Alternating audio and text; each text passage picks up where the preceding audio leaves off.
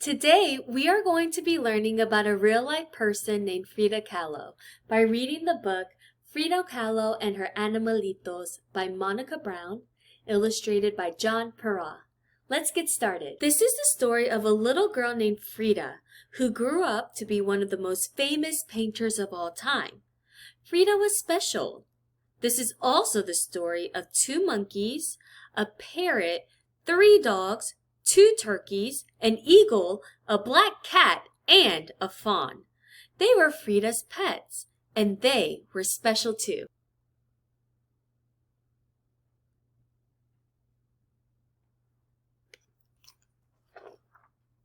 Frida had a parrot named Bonito. Like her parrot, Frida was colorful.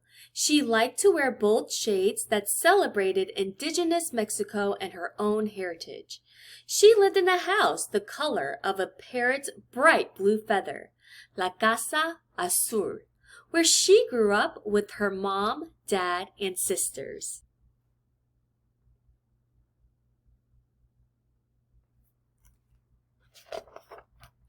Frida had a pet fawn named Granizo. Like her fawn, Frida had watchful, beautiful eyes. When Frida closed her eyes, she remembered her life as a little girl.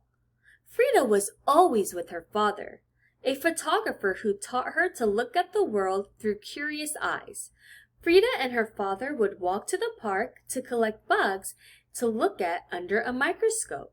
Frida's father also taught her how to paint finishing touches on his photographs.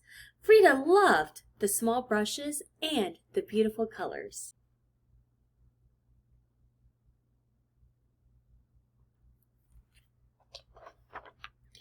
Frida had a cat with black, shiny fur, the same color as her long, dark hair. Like a cat, Frida was playful. But as a child, Frida couldn't always play.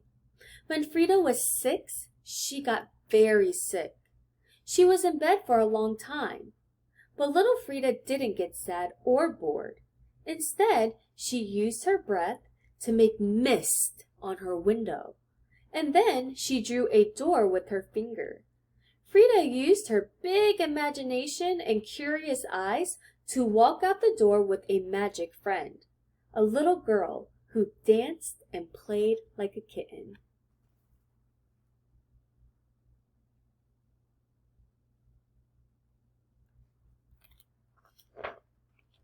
Frida was independent, like a cat. Frida's sickness left one of her legs different from the other, and children made fun of her.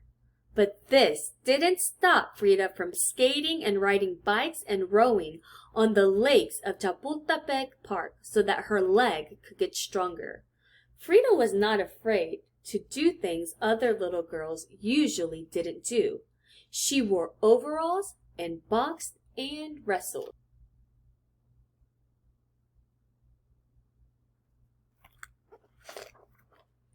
Frida had 2 spider monkeys, Fulong Chang and Caimito del Guayabal.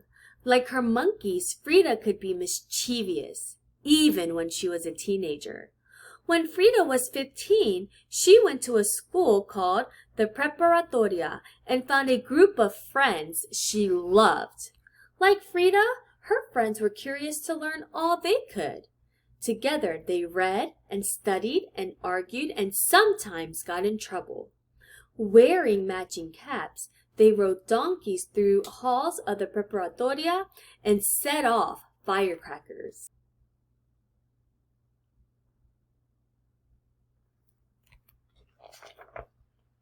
Frida had an eagle named Gertrudis. Like her eagle, Frida's imagination could fly high. When Frida was 18, she was in a terrible accident, and once again she had to be in bed for many months. This time, Frida didn't create a magic friend. She created art. Frida's mother made her a special easel and hung a mirror over her canopy bed so Frida could paint. Frida used her imagination and curious eyes to do just that. Feet. What do I need you for when I have wings to fly?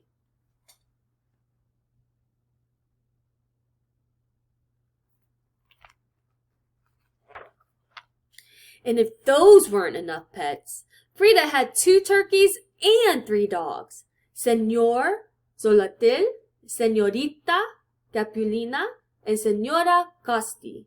Frida's turkeys were intelligent and sensitive, just like herself. And like Frida, her dogs were warm and loving.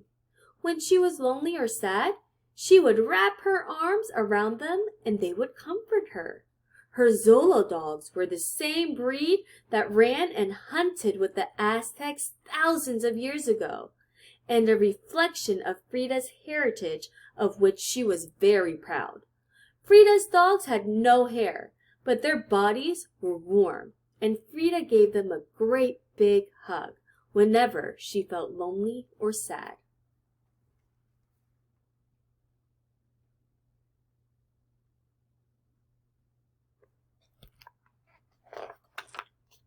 Frida's Animalitos were spirited and entertaining, just like Frida. When her 2 spider monkeys were being good, Frida would hold them like babies. When they were being mischievous, they would steal socks and fruit and leap through windows so no one could catch them.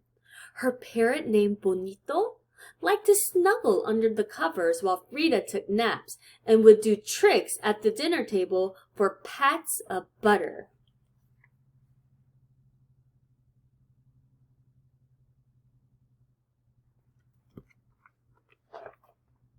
Frida's Animalitos played all day in the courtyard at La Casa Azul, the bright blue house on Londres Street.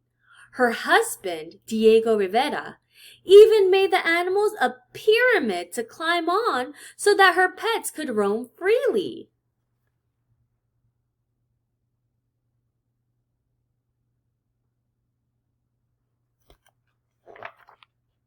When Frida painted, her pets would keep her company, and Frida painted all the time, while the birds sang, the dogs barked, and the turkeys danced in the garden.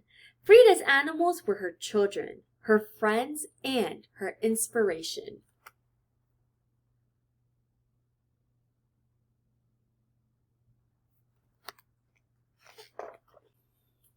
Frida painted when she was sick and hurting, and Frida painted when she was happy. She also painted when Diego was gone and she was sad. But Frida was never really alone at La Casa Azul, the bright blue house on Londres Street. She had her animalitos and herself, and she painted both.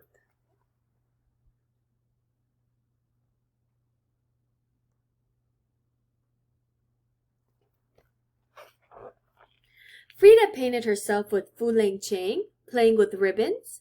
She painted herself with Bonito, the parrot, and Senor Zolote, the dog. She painted her black cat too, peeking over her shoulder.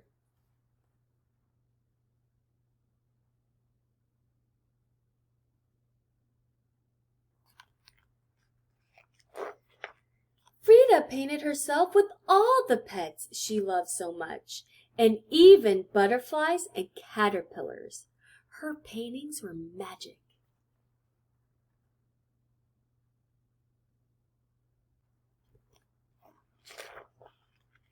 And today, if you visit La Casa Azul in Cayoacan, just outside of Mexico City, you might hear the sound of a bird or see a black cat jump from the pyramid that sits in the courtyard of the bright blue house on Londres Street, where Frida and her animalitos lived so many years ago.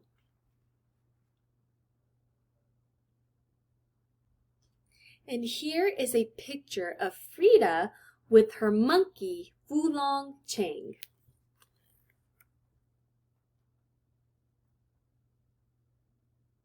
All right, friends, I really hope you enjoyed this story.